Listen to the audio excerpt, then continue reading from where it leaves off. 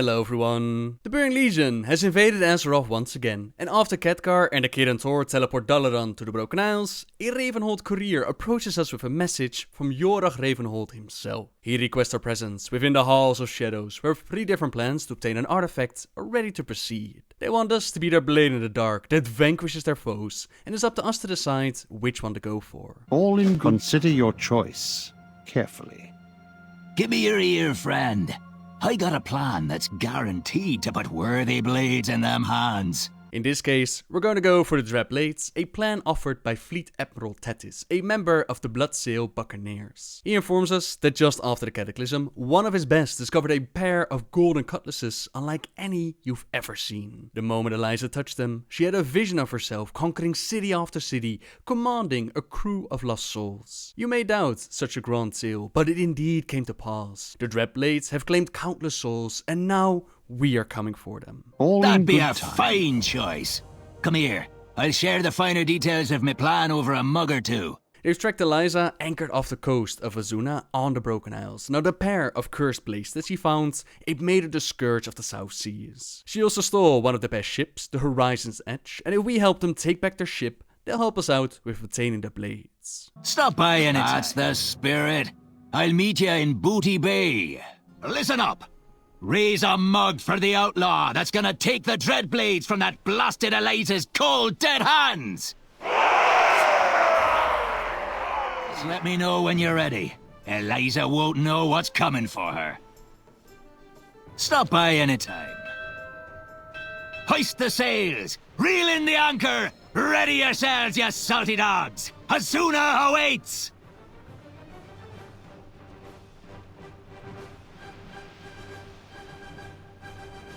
Let's get a move on. The Horizon's Edge be just over this ridge.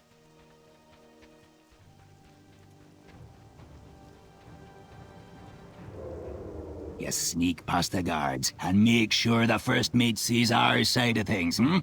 We'll join you after that. Good luck out there. I'll be watching for your signal. We sneak past the undead sailors and we literally bribe First Mate de Gauss with fool's gold, convincing him to hand over the ship. Swab the decks till they shine, you dirty bags of bones! The Dread Admiral demands perfection!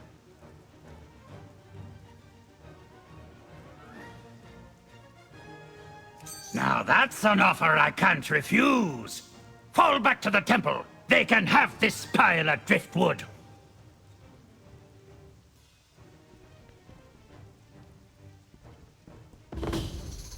The Horizon's Edge is ours, lads. Ain't she a beauty?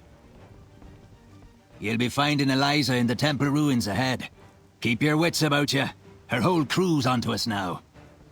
We'll provide naval support as soon as we're up and running. We stealth further into the temple's grounds, making sure not to be spotted and die, several times I might add, until we find Eliza and her pet giant.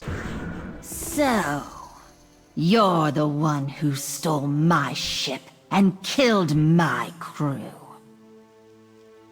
Release the giant! I have business to attend to within the temple. Pleasure, all will know the blades of Dread Admiral Eliza!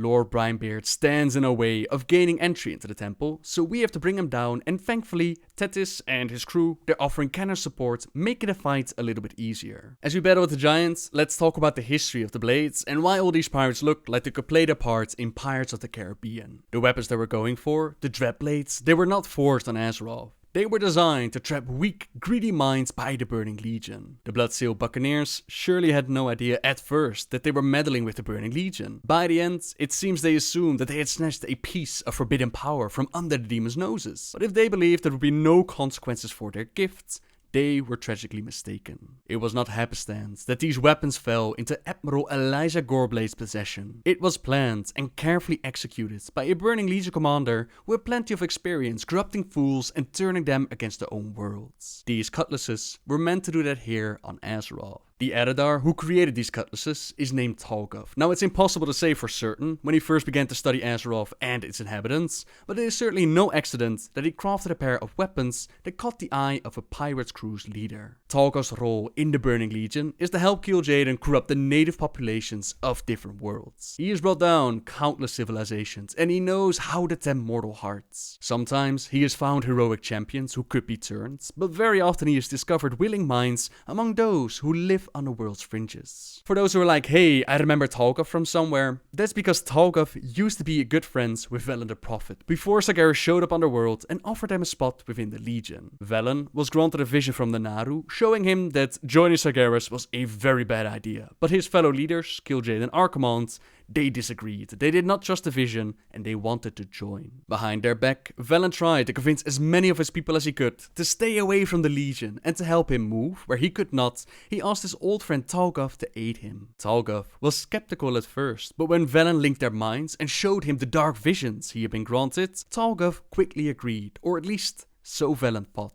In truth, Talgov betrayed him. Velen and those that he had been able to recruit would have perished on Arcus was it not for the Naru and their protection. They escaped the planet, and from that point on, Velen and the Eredar that joined him, they would now call themselves Draenei. They were on the run from the Legion all the way to the planet called Draenor, where they were found once again. Talgov was the one who informed Kil'jaeden about what he had found, and he also informed him about the primitive race of orcs living together with the Draenei on the planet. This led to Kil'jaeden corrupting the orcs, orchestrating the formation of the Horde, and the near annihilation of the Draenei. It seems that through the weapons he creates, Talgov has claimed more victims, and he stumbled upon an effective method of corruption. Find the selfish, the greedy and the ruthless, and make them compete for power. Not only would he learn which among them were the strongest, but the so-called winners, they would struggle so hard to obtain their prize that they would be unwilling to question its true cost until it was too late. Azeroth's pirates must have immediately seemed vulnerable to this tactic. They raided one another in search of treasure, giving little thought to the risks they would undertake. The choice to create a pair of nimble cutlasses, the sort of weapon favored on the high seas, meant Talgov saw great potential in corrupting pirates to the Burning Legion's cause. These specific weapons first showed up in Azeroth a few decades ago. Several Alliance ships reported that they escaped a band of pirates whose leader carried glowing blades oozing black smoke, and soon it became clear that those ships were the lucky ones. A newly empowered crew of pirates was preying on Alliance vessels, and when the raiders captured a ship, they left no survivors. It was Grand Admiral Dalen Proudmoore that led the search for the rogues, and after weeks of hunting, his small fleet cornered their ships a few miles off the Eastern Kingdom's shores. The pirate crew seemed to be possessed, barely human, but after the coordinated cannon barrage, Proudmoore sent their vessel, the Bellwether, to the bottom of the ocean. The Admiral then sailed away, believing that he had killed them all, but in truth, one of them had survived. The single person who swam away from the sunken Bellwether was a teenage boy, a young pirate recruit who had seen his crew descend into corruption and madness firsthand. He had purely joined them for profit, so watching his captain and his shipmates succumb to uncontrollable bloodlust had been a truly horrific experience. He was compelled to retrieve these cutlasses from the ship's wreckage, but when he heard them whispering in his mind, he had the good sense to resist. He took the weapons and the treasure back to his crew's old lair, and he buried them deep underneath an isolated island. He believed the riches were cursed, and so he left them behind. The weapons would remain buried for years. It was the Cataclysm that unearthed these cutlasses again. A ship carrying some blood-sealed buccaneers, a small but dangerous pirate crew, took shelter near a patch of tiny islands as the seas heaved to and fro. After the initial elemental unrest passed, their leader, Admiral Eliza Goreblade, she noticed that rogue waves had revealed something beneath the sand. When they looked closer, they found a cache of gold, jewels and old weapons. It was the last stash of the Bellwether, a windfall nobody knew had been missing. The buccaneers gleefully took it all. Admiral Goreblade received a pair of gleaming cutlasses for herself, the only weapons in the cache that had become rusted and worn over time. Unfortunately, it would be that decision that led her crew to ruin. After claiming these cutlasses, Goreblade was taken by a vision. She saw herself commanding an impossible large pirate fleet, one that could conquer the high seas and all the nations of Azeroth. Every ship that dared to challenge her burned, and every city gave up its treasures or was destroyed. It was an intoxicating sight, and she drank every drop of its promise. When she awoke, she had her crew set sail for a rival pirate hideout. The corrupted blood-sealed buccaneers, they proceeded to slaughter all the unfortunate souls that they found there. The loot that they took was only secondary. The killing was what truly satisfied them. These weapons had taken root deep within their minds, and now there was no escape. Goreblade's buccaneers became an unseen deadly menace on the South Seas. The master of these weapons, Talgov, he had seen what attracting too much attention would do, so he encouraged Admiral Goreblade to attack only isolated ships and make certain they did not escape. For several years, the pirate crew did exactly what they were told. They killed without mercy, and the power of the cutlasses grew ever stronger. When other Bloodsail buccaneers learned how deep into insanity this crew had fallen, they tried to intervene. Goreblade's pirates survived the counterattack, and they managed to steal the Bloodsail's buccaneers' most prized ship, the Crimson Veil, for themselves. Soon, some crew members began to change. Their forms withered and faded, only their skeletons remained. Admiral Goreblade did not mind. The cutlasses hungered for blood, and now so did she. Now, shortly before the Legion's recent arrival, Admiral Goreblade finally discovered the true power behind her weapons. Talgov revealed himself and told her that she had only tasted a meaningless drop of the Burning Legion's strength. If she aided the demons in the coming war, he promised that she would ascend to immortality and find out what might the Legion could truly bestow. The Admiral agreed immediately. She made a pact, giving the souls of all her crew to Talgov's tender care. She had already come to enjoy being the unseen terror of the seas. The possibility of bringing a world to ruin consumed her mind. When the Legion attacked, so did Admiral Goreblade. It now seems clear that several convoys of reinforcements from both the Horde and the Alliance, they were destroyed by her crew before they could reach the Broken Isles. So more reinforcements were planned to show up on the Broken Isles and fight against the Legion on the fateful day where both factions lost so very much. So not only can we obtain a powerful weapon, we can also take vengeance for what transpired that day. Lord Brinebeard has been defeated, the Squall Shapers are maintaining a raging current and blocking our way, so we take them out, and then only Eliza, listening to Talgov's whispers, is left standing. Destroy them. Your blades thirst. It will be my pleasure.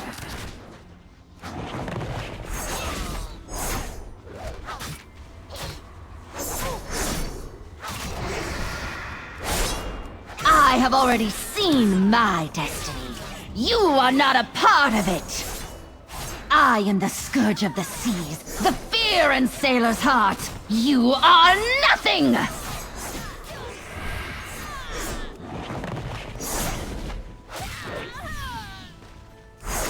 Enough! I'll run you through!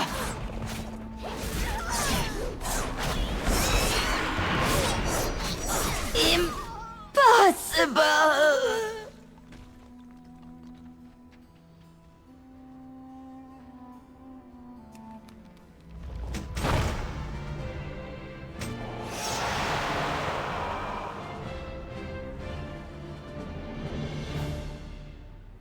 We can't hold him off forever!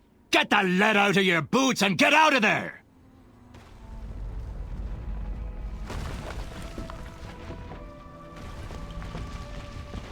You made it out in one piece?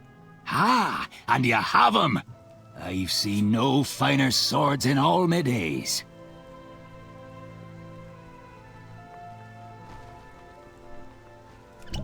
We'll sail to Dalaran. It's a short voyage from here. I'll meet you in the Hall of Shadows. Fate and fortune, the Dreadblades are now ours to wield against the enemy. With that, our adventures into Legion can begin, but we also have the Rogue Order Hall campaign to go through, in which we'll discover more about the events that happened on the Broken Shores, that horrible defeat. More details will follow about that. However, that is a tale for another time. For now, thank you very much for watching, everyone. Subscribe if you like my videos, leave a like if you enjoyed this one, and until next time, guys, see ya!